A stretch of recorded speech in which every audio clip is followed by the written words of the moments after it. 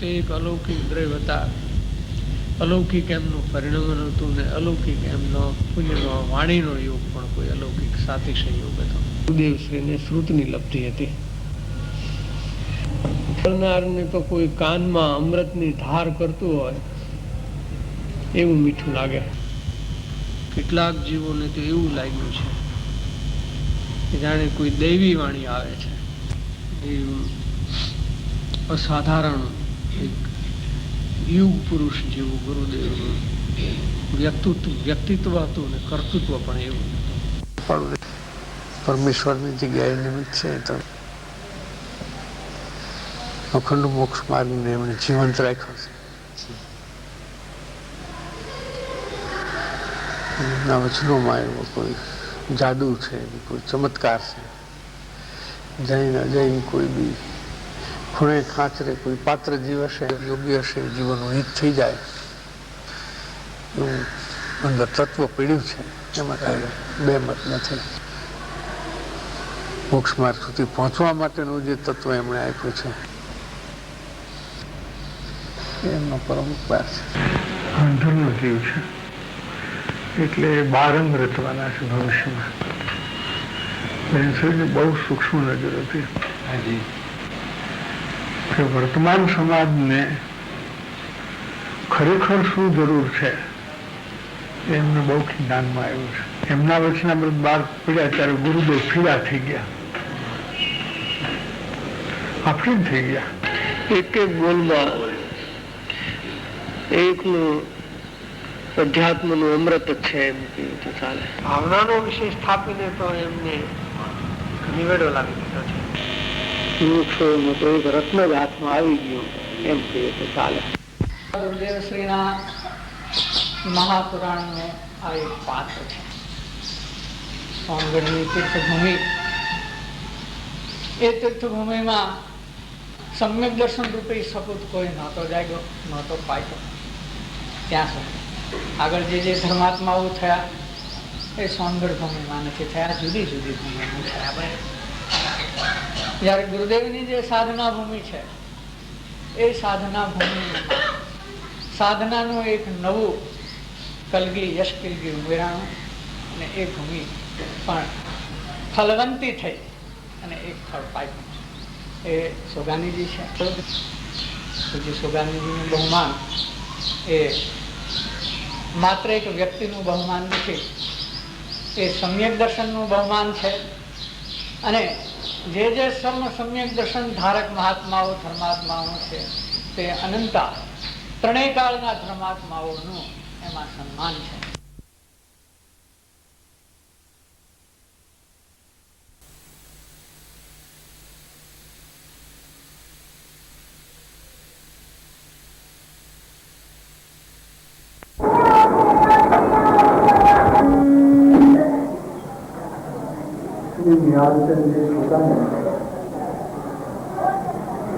ज्यादा अंदर आए हैं, उनके पत्रांश तो अंदर नहीं आ सकते थे, गुरुदेव के साथ वो नहीं आ सकते थे, वो बार बार लिखते हैं.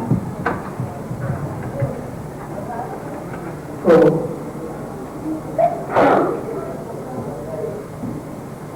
उनको वहाँ सत्संग था, वांचन स्वाध्याय था, प्रश्न उठाया. उनके जीवन के यादगार हमें क्या उनको शुरू में वो आए ज्ञान दशा प्राप्त करने के बाद वो कलकत्ता ऐसी परिस्थिति में रहे नहीं बन पाता, इसलिए वो छटपटाते. कलकत्ता में सत्संग तो नहीं था और वो वांचन स्वाध्याय भी नहीं करते थे, किंतु उनका पुरुषार्थ तेज होने वो खास करके ध्यान में ज्यादा रहते थे. तो उन्हें कमरा बंद करके उनके चाहता है पीछे घंटा वो ध्यान में रहता है, तो उनके उस प्रकार के विकल्प वांछित करते हैं कि नहीं, और सत्संग को खाई नहीं। तो जीवन में मुख्य जो बात होगी वो ज्ञान की। आत्मज्ञान में वो काफी रहते थे और उन्होंने बहुत विश्वास किया। आत्मकरण की बहुत बलवान हुई और टिकाऊदारी गुरुदेव के ज्ञान में वो बात आई तो टिकाऊदारी है। एक को धारण करके बात सर्व शरीर हो जाएगी। उनके जीवन के पूरे वृत्तांत को दूरदर्शी प्रकाश की जो दूसरी आवृत्ति है उसमें दिया है। तो ज्ञान दशा में तो ध्यान में जा रहे हैं और मोक्ष दशा में तो काफी मार्ग की खोज में लगे हुए थे और बहुत छटपटाए हुए थे। मार्ग नहीं मिले तो उनकी वेदना बहुत थी, इतनी वेदना थी कि प्राण छूट जाए इतनी वेदना। और जितनी वेदना तीव्र होती है इतनी निर्मलता आती है और उनके जीवन में गुरुदेव का जो योग है वो दुनिया की ज्ञान दशा की प्राप्ति हुई। एक कुदरती व्यवस्था पहले उनको मालूम नहीं था कि मंदिर में गुरुदेव से प्रत्यक्ष विराजमान है, परंतु आत्मधर्म के प्रचार के माध्यम से वो सौंदर्य भाव होते हैं। तो इनके जीवन के धन्य पल थे जिससे उसको सदगुरु का योग मिला और ज्ञान दशा की प्राप्ति भी हुई। तो विशेष विस्तार में तो बहुत सी बातें लिखी हैं, तो कितने उनके मोक्ष दशा में गुण थे, ज्ञान दशा में कितने गुण थे और गुरु भक्ति कितनी प्रबल थी और उसकी दृढ़ दृष्टि कितनी तेज थी, बलवान थी। वो सब बातें उनके जीवन वृत्तांत में दृढ़ दृष्टि प्रकाश है उसमें अच्छी तरह आई है। जिसके पास किताब नहीं हो यहाँ मिलेगी, वेदांत विभाग में मिल सकेगी। तो विशेष जानना हो तो वहाँ से करेंगे।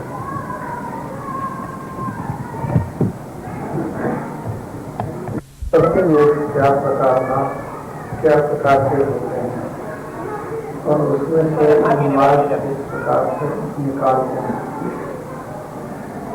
मुमुक्षु जीव को प्रकृति दोष हरेक का अलग अलग होता है, उसका कोई नियम नहीं होता है कि ऐसे ही प्रकृति दोष सबका हो।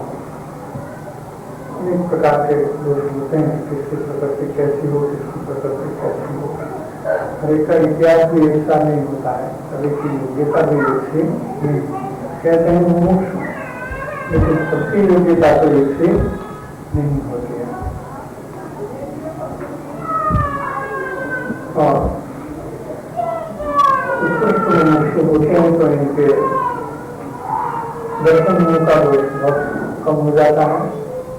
चारित्र मुंह के परिणाम में भी जो रस है और उसकी मंदता काफी मात्रा में आ जाती है और तो कोई सत्पुरुष के योग से उनको मार्ग मिल जाता है। गरीब जी को भी उत्कृष्ट मुमुक्षुता आ गई थी, गुरुदेव मिले तो मार्ग मिल गया। उस तरह से मार्ग तो अपनी भावना के कारण से तो व्यवस्था की वजह से बैठ जाती है और मार्ग मिल जाता है। मुमुक्षु जी उत्तर के संदर्भ में, इस उत्तर के संदर्भ में प्रश्न है, मुमुक्षु जो है वो अपने प्रकृति का समर्पण करता है, हाँ, फिर भी उसको प्रकृति का दोष कैसे मिले? जो मुमुक्षु जी प्रकृति छोड़ना चाहता है उसका प्रकृति दोष टल जाता है। जो प्रकृति दोष छोड़ने की तैयारी में नहीं है उनको प्रकृति दोष छूटना बहुत मुश्किल है। उनको निर्धार करना होता है कि हमारे जो भी प्रकृति का दोष है हमको किसी भी कीमत पर उसको छोड़ देना है।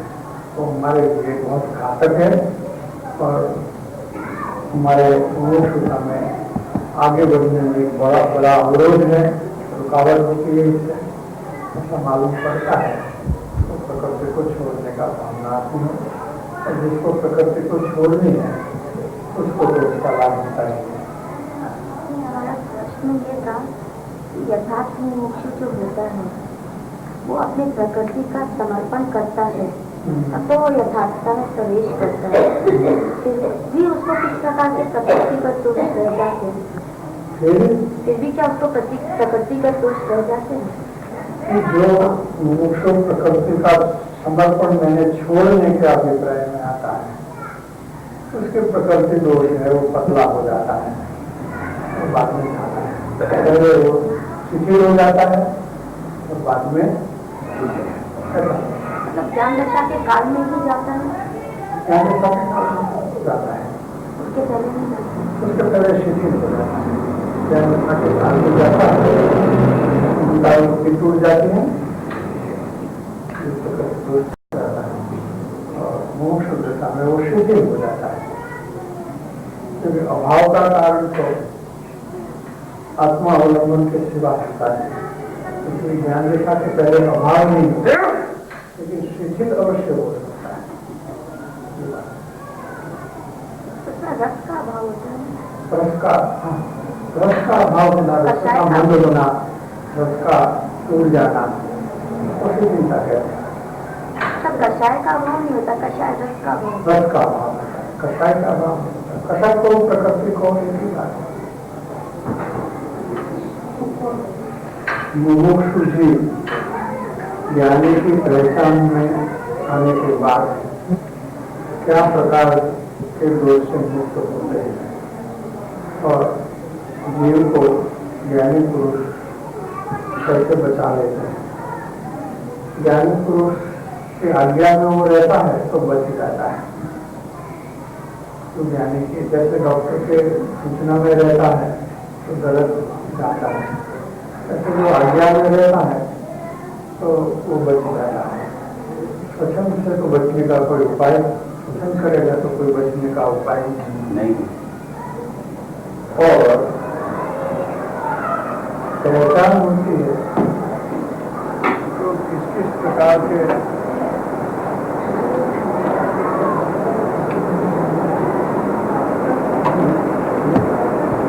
दूर होते हैं उस विषय में देवता 522 ज्ञानी की पहचान में आने के बाद किस प्रकार के दोष से दूर हो जाते हैं, यानी किस प्रकार के दोष का मिट जाता है, ऐसा तो उस पर देवता 522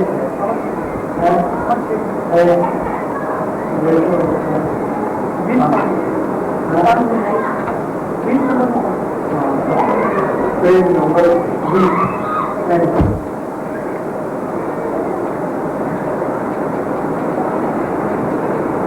जिनको ज्ञानी पुरुष की पहचान होने पर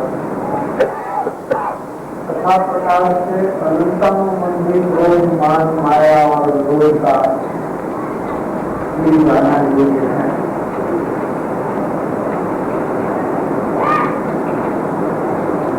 मंद हो जाना योग्य है, मंद हो जाना योग्य है। अनंतानुबंधी को जाएगा अनुभव होने अनुभव के पहले अनंतानुबंधी का अभाव नहीं होता है लेकिन मंद हो जाता है। यानी कि क्रोध मान माया लोग की जो प्रकृति है कोई भी हो, एक हो या एक से ज्यादा हो, तो उसका रसमंद हो जाएगा, यानी चीकनापन नहीं रहेगा, चीकनापन छूट जाएगा और आगे जाकर के अनुक्रम से परीक्षणता को प्राप्त करते हैं। जीवन में जीव को सत्पुरुष की पहचान होती है, क्यों उसका मताभिग्रह, मत का आग्रह उसका कम हो जाता है, मताभिग्रह कम होता है, दुराग्रह कम होता है, कई प्रकार से वो आग्रह में नहीं खड़ा रहता है, बात को जल्दी से छोड़ देता है। तो इसका मतलब ये हुआ कि उनको सरलता विशेष रूप से प्राप्त होती है। जहाँ आग्रह है अपने विचार का, अपने परिणाम का, अपने भाव का, अपनी बात का, जिसको आग्रह है वो असरलता है, आग्रह छूट जाता है, सरलता के कारण आग्रह छूट जाता है, पहचान से सरलता उत्पन्न होती है, इसके बाद आगे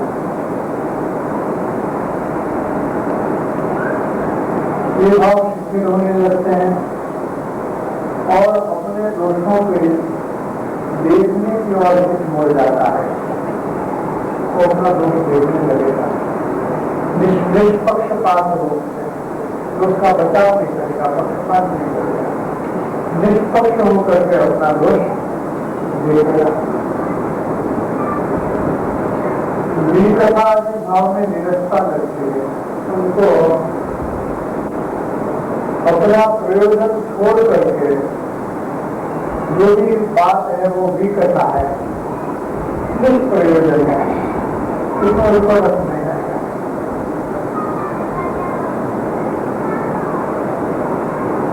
अथवा ऐसी बातों में उसको जुगूसा में घृणा उत्पन्न हुई तो क्या ये फालतू की संचार करते हैं, तो जो फालतू की किसी की संचार में रखता नहीं है, कोई करता है तो घृणा होती है। तो बेटा के बारे में अपना समय गुजार करके अपना अहिंसा करना, तो अपना अहिंसा करने की बात है।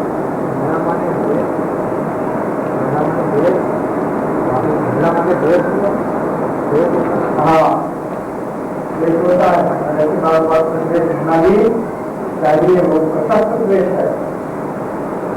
भी कथा में गुना होना वो प्रशस्त देश है, उसको होना चाहिए।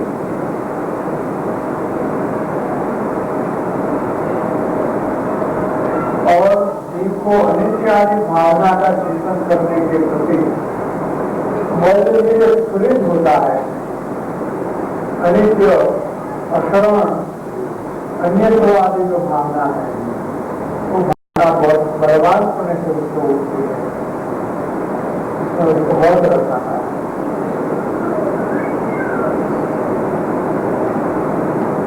और जिस प्रकार से ज्ञानी पुरुष के समीप सुना है, उसमें जो विशेष बलवान परिणाम है वो पंचविद्यादि में अनित्य आदि भाव को दृढ़ करता है, उन्होंने इससे भी अपना परिणाम बलवान करता है।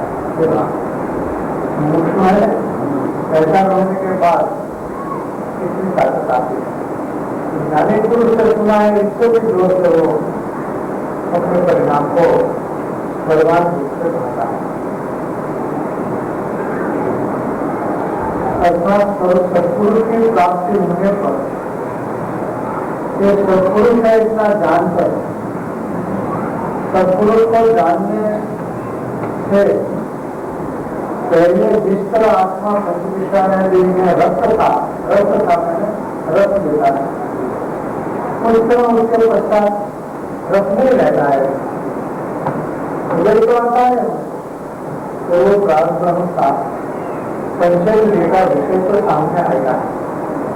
लेकिन सत्पुरुष के पहचान पहले जो रस था तो बाद में वो रस नहीं रहता है, पहचान में जो रस का फर्क होता है, पहचान की योग्यता ही है, योग्यता में दृढ़ मुमुक्षुता ही तो रसमंद विषयता हो ही जाएगा।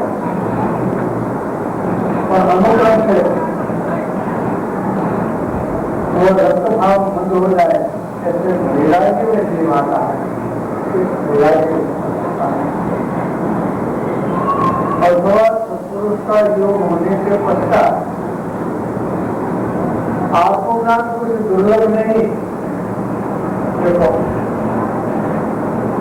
सत्पुरुष के पहचान पहले तो आत्मज्ञान होता ही नहीं, और पहचान होने से आत्मज्ञान दुर्लभ नहीं है।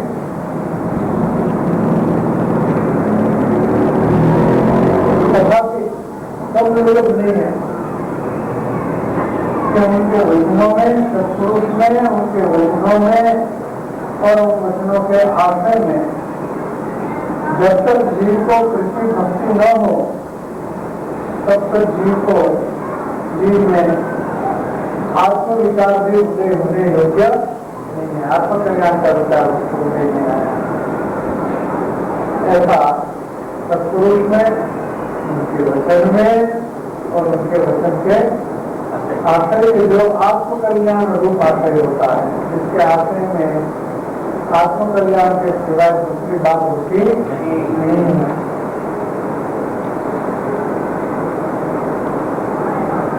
अगर ऐसा नहीं हुआ तो उस जीव को सत्पुरुष का योग हुआ है, ऐसा सचमुच उन जीव को खुद को भी भाषित हुआ है, यह कहना मुश्किल है। मतलब उसको हुआ ही नहीं। बहुत अच्छा होता है कि पहचान होने से कैसे कैसे परिणाम जम जाते हैं, ये अपने परिणाम से पहले करने योग्य बात है।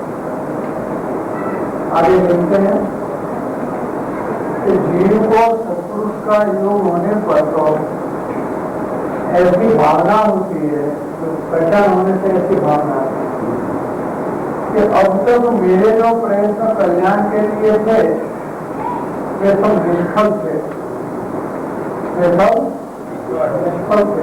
क्योंकि लक्ष्य बिना जो मार्ग के भागते थे, तो लक्ष्य नहीं था मेरा। परंतु सत्पुरुष का अपूर्व योग हुआ है तो मेरे सब साधनों के सफल होने का ये योग है, उसको विश्वास आ जाता है कि अब मैं फिर जाऊंगा। लोग प्रसंग में रहकर जो निष्फल निर्लक्ष्य साधन किए, लोकसंज्ञा में रह करके, लोक प्रसंग में रह करके, उस प्रकार से अब सत्पुरुष के योग में न करते हुए अवश्य अंतरात्मा में विचार कर दृढ़ परिणाम रखकर जीव को इस योग में, वचन में जागृत होना योग्य है, जागृत होना योग्य है। तो जागृति आती है, ऐसा होने से जागृति आती है। और उस प्रकार से भावना करके जीव को दृढ़ करना के जिसमें उससे प्राप्त हुआ योग अफल न हो, निष्फल न हो, वो बातों को दृढ़ करनी है। सफल न हो जाए और सब प्रकार से किसी बल को आत्मा ने गतिमान करना, इस भावना को बढ़ाना। इस योग से जीव को अपूर्व होना योग्य है।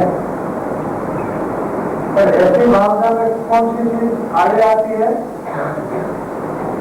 कि उसमें अहंकार करने वाला परिणाम हूं, मैं जानता हूं, ऐसा यह मेरा अभिमान, कुल धर्म की पकड़, और जिसे करते आएंगे उस क्रिया का त्याग कैसे किया जाए, कि क्रिया की पकड़, ये सब अवरोधक परिणाम है। ऐसे कर्मों को ज्ञानी के उदय में देखकर वैसे भावना का स्वयं आराधन करना इत्यादि प्रकार है। वही अनुसानुबंधित रूप का माया योग है, यह प्रकार विशेष रूप से समझना योग्य है। यहाँ तो जितना ही हो सका उतना दिखा है, तो सेवा जीवन शक्ति को देखा, जीवन शक्ति को मोक्षम श्रेयोक्षम और शारीरक्षम में व्याख्या समितियों पर दूसरा विषय है। तो इसका जो दो पैराग्राफ है उसमें सत्पुरुष के पहचान होने से कैसे कैसे परिणाम होते हैं उनका बहुत विस्तार से वर्णन आया है।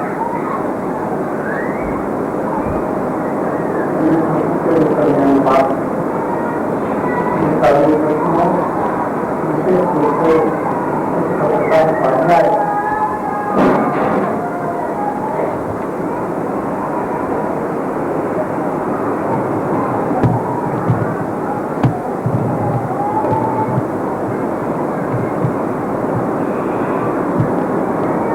जगन्य मुमुक्षु जीव, मध्यम मुमुक्षु जीव और उत्कृष्ट मुमुक्षु जीव कैसे कैसे प्रकार के अनजानपने या ज्ञान भूल करता है। तो हर एक की योग्यता अलग अलग प्रकार की होती है, तो भूल भी अलग अलग प्रकार के ज्ञान भूल करके मैंने क्या तो उत्कृष्ट मुमुक्षु को ज्ञान भूल कर भूल नहीं करता है, लेकिन जो जघन्य मुमुक्षु है और मध्यम मुमुक्षु है उससे हो जाते हैं। ज्ञान भूल का मतलब क्या है? तो अपनी प्रकृति को रोक नहीं सकता, तो ओवरटेक कर देता है।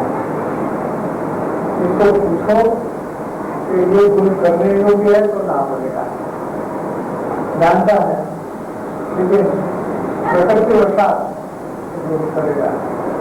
जैसे दृष्टांत देते हैं तो इस मनुष्य भाव में मान की प्रकृति बहुत तीव्र होती है। तो पूछो मुमुक्षु को तो ऐसा ही कहेगा, मान को छोड़ना चाहिए, मान को नहीं रखना चाहिए। अपनी प्रकृति बता प्रसन्न करने पर वो मान बढ़ता है, माना जाता है, ऐसा बन जाता है। तो वो जागरूक हो गया, उसको पता नहीं है, वो बात नहीं है, उनको मालूम भी है कि हमको ये गड़बड़ है हमारे, लेकिन खुद ही इतना कमजोर है।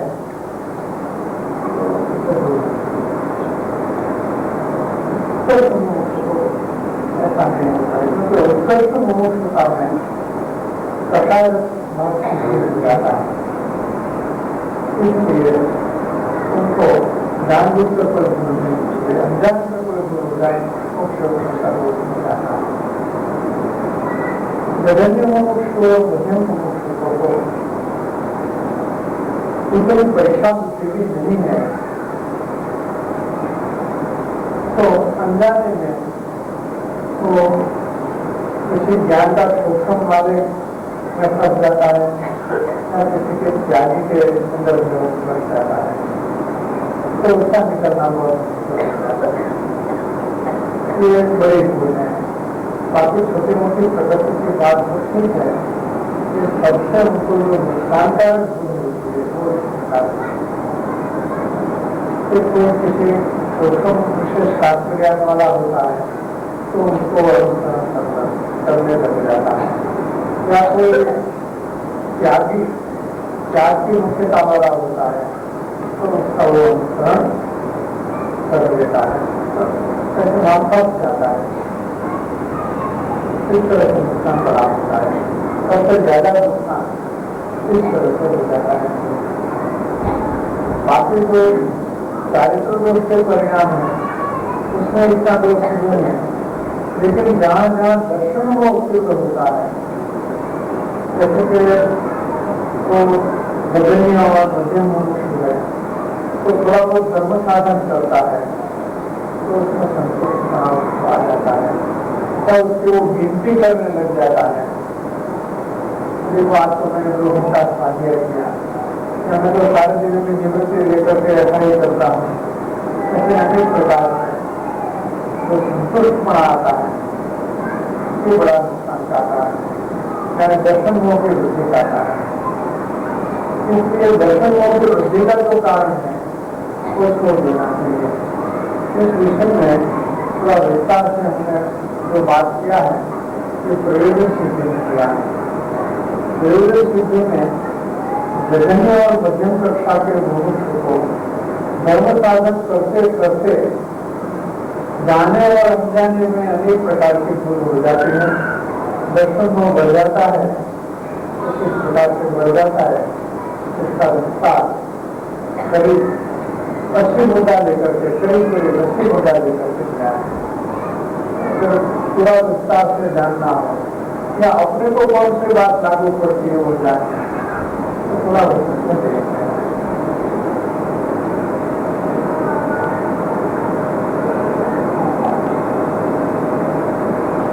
मनोबल और आत्मबल को समझाइए, जिसको निर्गुण का शोषण होता है, यानी परिणाम में दृढ़ता विशेष रूप से होती है जिसको, और आत्मज्ञान नहीं हुआ हो उसको मनोबल कहते हैं। लेकिन मनोबल है तो एक थोड़ा ज्ञान को आयुष पर्यंत सीखने वाली चीज, तो शाश्वत सीखने वाला बल नहीं है। जबकि आत्मबल होता है तो आत्मबल को हमेश के लिए शक्ति देने वाली चीज। मनोबल से कोई व्रत नियम संयम अंगीकार करते हैं और पालन भी कर लेते हैं, निवेदिता भी पालन कर सकते हैं, हो सकता है, परंतु तो मनोबल से कोई आत्मकल्याण हो जाता है ऐसा नहीं होता है। बाहर से दिखेगा तो इतना मनोबल कितना है, लेकिन मनोबल तो आत्मा जड़ के आधार से उत्पन्न हुआ बल, तो आत्मा की शक्ति के आधार से उत्पन्न हुआ बल नहीं है। आत्मबल होता है तो आत्म स्वभाव और आत्म शक्ति के अवलंबन से उत्पन्न होने वाला बल है। वो ताकत बहुत बड़ी है और वो शाश्वत सीखने वाली है, वो एक भाव तक काम नहीं करती है। आत्मबल उत्पन्न होता है तो भाव भावांतर में वो काम में आता है। तो मनोबल सीखता है, भावांतर सीखता है, भावांतर होने पर कितना बल होता है ऐसा बन जाता है, क्योंकि इसका आधार मन है, मन प्रकार है। इसलिए मनोबल में और आत्मबल में बाहर से दृढ़ता करीब एक समान दिखे तो भी बहुत बड़ा अंतर है दोनों। और यदि मनोबल वाला व्यक्ति चेंज ऑफ प्रायोरिटी कर देते, मनोबल वाला व्यक्ति चेंज ऑफ प्रायोरिटी, हाँ सर की बात है। मनोबल वाला परमार्थ मार्ग में अगर आ जाए तो उसको आत्मबल प्रकट होना बहुत स्वाभाविक है, क्योंकि इसका बल ट्रांसफर हो जाएगा, मनोबल में से आत्मबल में ट्रांसफर हो जाएगा। तो मनोबल वाला अगर जीव परमार्थिक मार्ग में आ जाता है, सच्चा मोक्ष मार्ग को पकड़ देता है, तो उसके लिए बहुत लाभदायक बात है, लाभदायक बात हो जाती है। ये बनता है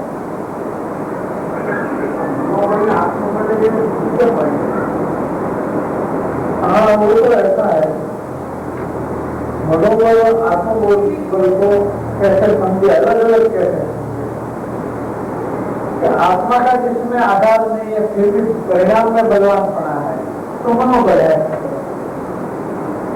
आत्मज्ञान पूर्वक आत्मा के आधार से जो बल उत्पन्न होता है वो आत्मबल है, बाकी का कोई परिणाम बल है वो मनोबल है, ऐसा समझ लेना। क्योंकि तीसरा का कोई बल है नहीं, क्या या तो मनोबल है परिणाम में या तो आत्मबल है, दो में से होता है।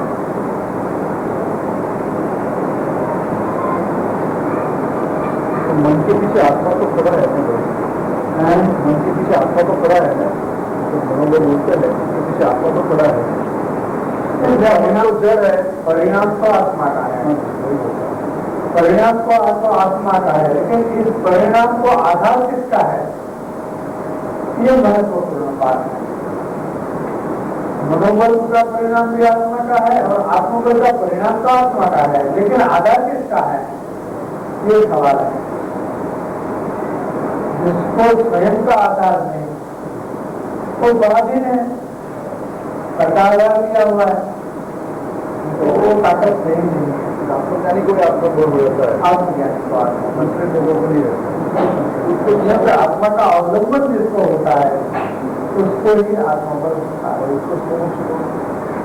उसको एक मोक्ष को आत्मबल आने का समझता है, और उसको मनोबल होता है, लेकिन वो आत्मबल आने की तैयारी में आ गया। तब तक मनोबल से इसको हेल्प करेगा क्या? हाँ, तो नहीं, वो ट्रांसफर होने की तैयारी होगी उनकी, मनोबल वाला ट्रांसफर होकर के आत्मबल में आ जाएगा वो। ऐसी बात है। अब बुद्धि उत्पाद क्या हैं? बुद्धि तो अलग हैं? है, बुद्धि तो अलग अच्छी है। हाँ। बुद्धि उत्पाद क्या है? बुद्धि में क्या है कि बुद्धि का शोषण ज्यादा होता है, स्वाद ज्यादा होता है, तो उसको बुद्धि बल कहते हैं।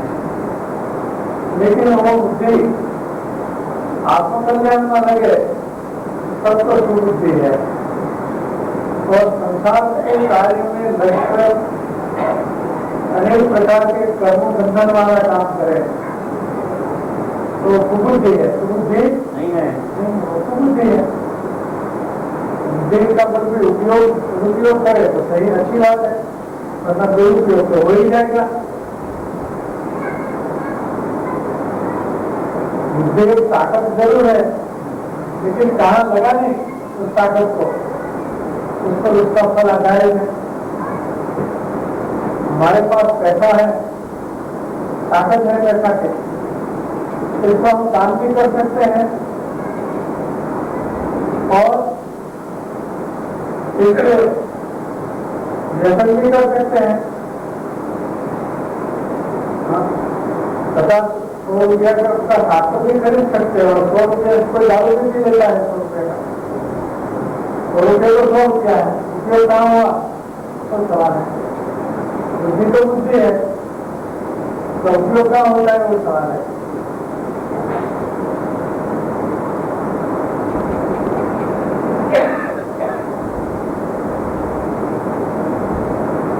सत्संग के आड़ में और सत्संग कैसे होता है तो इसका अर्थ समझाइए।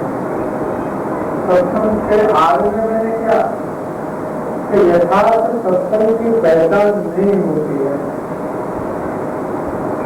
तो क्या समझ लेते हैं कि चलो 5-25 जने एक जगह इकट्ठे होते हैं और धर्म की बात करते हैं या शास्त्र पढ़ते हैं,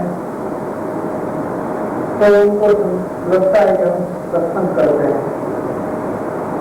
लेकिन ऐसी बात ये नहीं है। यथार्थ सत्संग तो ऐसा होना चाहिए कि जिस सत्संग के कारण से सबका रंग चढ़े, जिससे सत्ता सत्ता रंग चढ़े, वही यथार्थ सत्संग है। अगर सबका रंग नहीं चढ़े तो सत्संग में नहीं जाता है, सत्संग के आड़ में और सत्संग होता है, ऐसा समझ लेना। दूसरी बात वो है कि जिस पर सत्संग हम करें वो केवल आत्मकल्याण की निष्ठा से ही इस विषय को स्पष्टता है, या कोई अन्य हेतु भी है, ऐसा थोड़ा ध्यान सलाह कर लेना चाहिए। कोई ध्यान के हेतु, लोग के हेतु तो भी बात करते हैं, तो संग करने योग्य नहीं होता है। फिर भी अगर हमें परीक्षा नहीं है, परीक्षा प्रदानी नहीं है, तो सत्संग मान करके हम शामिल हो जाते हैं, तो सत्संग के आड़ में एडमिशन हो जाता है।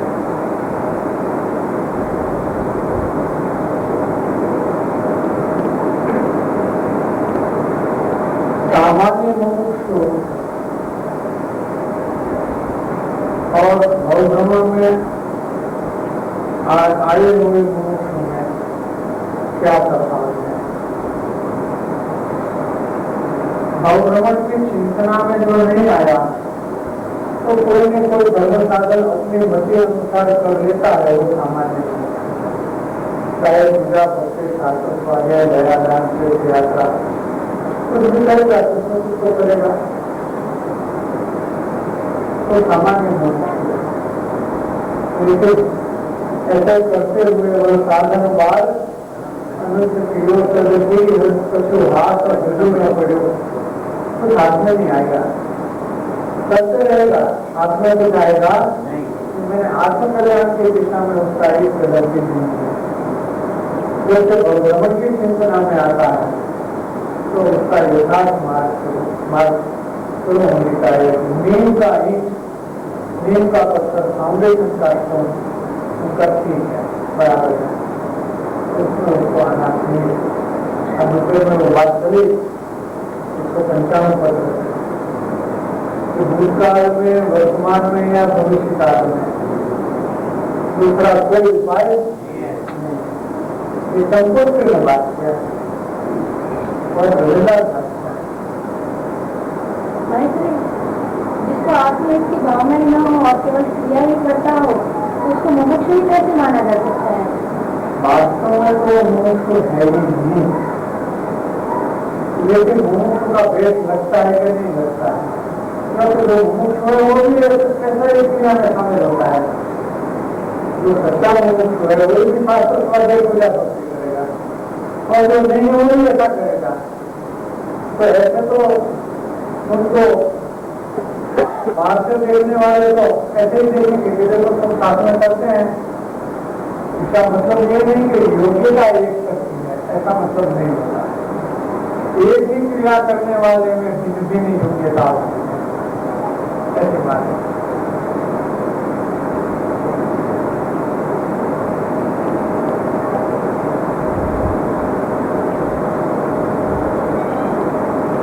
जीव को पहले चार प्रतिबंध जाता है कि चार प्रकृतियां पहले प्रतिबंध जाता है। प्रतिबंध 4 प्रकार के होते हैं: समाज प्रतिबंध, कुटुंब प्रतिबंध, देह प्रतिबंध, शरीर प्रतिबंध और अंतर प्रतिबंध। समाज की मुख्यता करके आत्मकल्याण के उपाय को गौण करना है तो समाज प्रतिबंध। कुटुंब को मुख्य करके, कुटुंब के कार्य को मुख्य करके आत्मकल्याण के उपाय को गौण करना तो कुटुंब प्रतिबंध। शरीर की अनुकूलता प्रतिकूलता का हिसाब लगा करके आत्मकल्याण को गौण करना तो शरीर प्रतिबंध। और अपने कई प्रकार के मिथ्या आग्रह होते हैं, इनको मुख्य करके आत्मकल्याण के विषय को ग्रहण नहीं करना तो संकल्प तो पहले जाना चाहिए।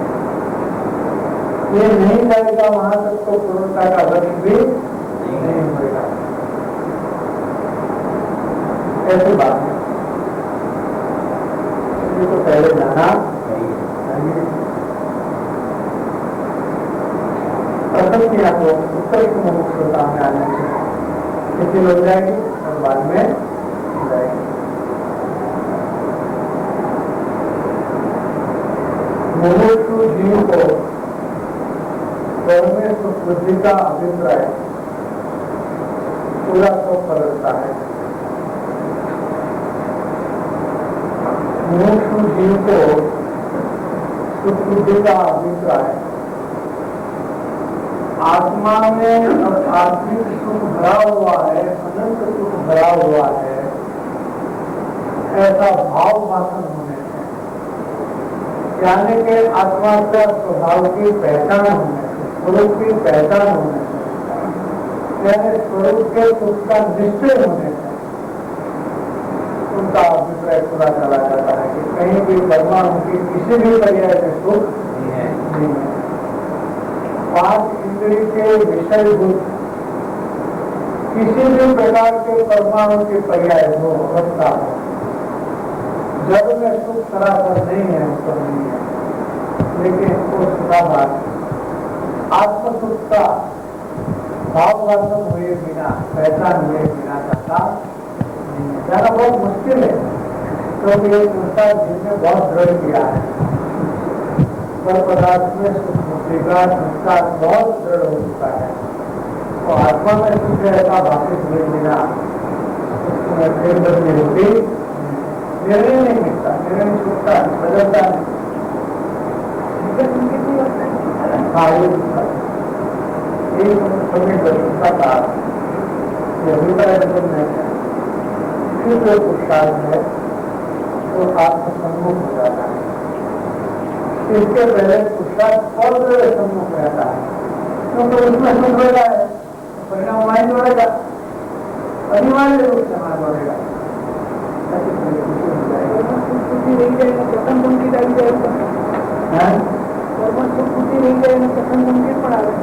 हाँ, प्रथम संकेत मैंने सबको उसके पहचाना, और वो बात थोड़ी पतली हो जाती है पहचाना, फिर अभिप्राय पूरा का पूरा नहीं बदलता है। प्रश्न वो है उसको बुद्धि का अभिप्राय पूरा कब बदलता है, प्रश्नों में पूरा कब बदलता है, तो पूरा को अपने सुख का भाव निश्चय रूप से पहचान कब बदलता है।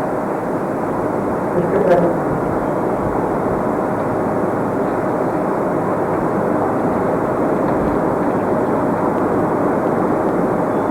अनंत सिद्धों को अपने ज्ञान पर्याय में किस प्रकार स्थापित किया जाए,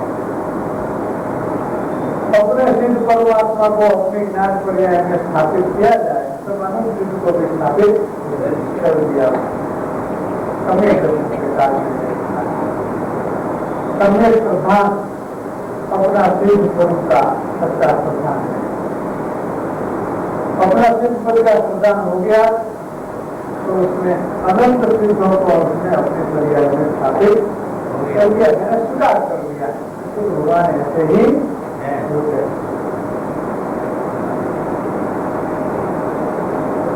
नौ तत्वों का भूतार्थ से जानना सम्यक दर्शन किस प्रकार है, वो ज्ञान प्रधान सम्यक दर्शन की परिभाषा है। ज्ञान प्रधान नौ तत्वों का ज्ञान तो ज्ञान है, लेकिन भूतार्थ आश्रित मैंने अपना स्वरूप आश्रित हो ज्ञान होता है तो यथार्थ होता है, वरना विकल्प आश्रित तो ज्ञान यथार्थ नहीं होता है। मन आश्रित हो ज्ञान यथार्थ नहीं होता है। स्वरूप का ज्ञान साथ में है, इसलिए उसका नवों का ज्ञान है वो यथार्थ होता है, उसकी मुक्ति नहीं। नव तत्वों में चैतन्य ज्योति किस प्रकार स्थिति हुई है। नव तत्व जीव का ही परिणाम है, तो जीव तत्व तो है ही, सामान्य रूप से तो चैतन्य ज्योति है, विशेष रूप से उसका नव भेद है। तो विशेष को गौण करे और सामान्य को ग्रहण करे तो चैतन्य ज्योति जो छिपी हुई है वो छिपी नहीं रहेगी, फिर वो छिपी नहीं रहेगी।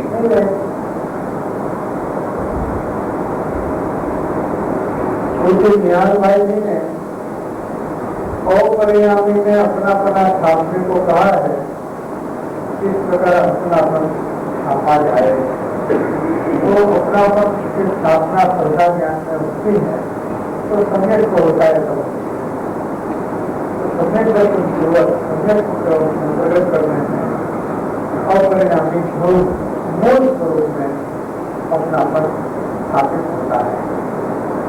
उस मानव के कारण नहीं होता है, इसके पहले कभी होता नहीं। तो स्वानुभव कैसे हो गए तो सवाल हो जाएगा, स्वरूप की पहचान होने से। स्वरूप की पहचान कैसे हो गई, स्वरूप की पहचान होने से। स्वरूप की पहचान कैसे हो गई, दृढ़ मुमुक्षुता पूर्णता का लक्ष्य होने और इसको अमलीकरण करने। फिर ये प्रश्न आएगा कि पूर्णता का लक्ष्य कैसे हो, कि रोज उनकी चिंतना से हो, भगवान की चिंता नहीं होगी तो पूर्णता का लक्ष्य आएगा। बीच में बहुत से आनुषंगिक परिणाम है, लेकिन ये बात संक्षेप में ले लिया। इसमें आनुषंगिक परिणाम बहुत से होते हैं अनेक प्रकार के, वो बात अगर इसको समझनी है तो निर्माण दर्शन की पगडंडी पर का पहला प्रकरण है, उसमें विस्तार से वो बात का एक पूरा चैप्टर लिखा गया पढ़ना।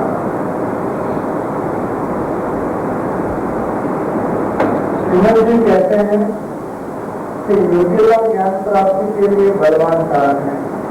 योग्यता कैसे होनी चाहिए? योग्यता मैंने पात्रता, योग्यता मैंने पात्रता, पात्रता में दर्शन में कमजोर होता है, ज्ञान में निर्मलता आती है और कार्य में रसमता, तीनों में फर्क पड़ता है। और उत्तम मुमुक्षुता के काल में पात्रता उत्तम होती है और वही ज्ञान प्राप्ति मैंने आत्मज्ञान प्राप्ति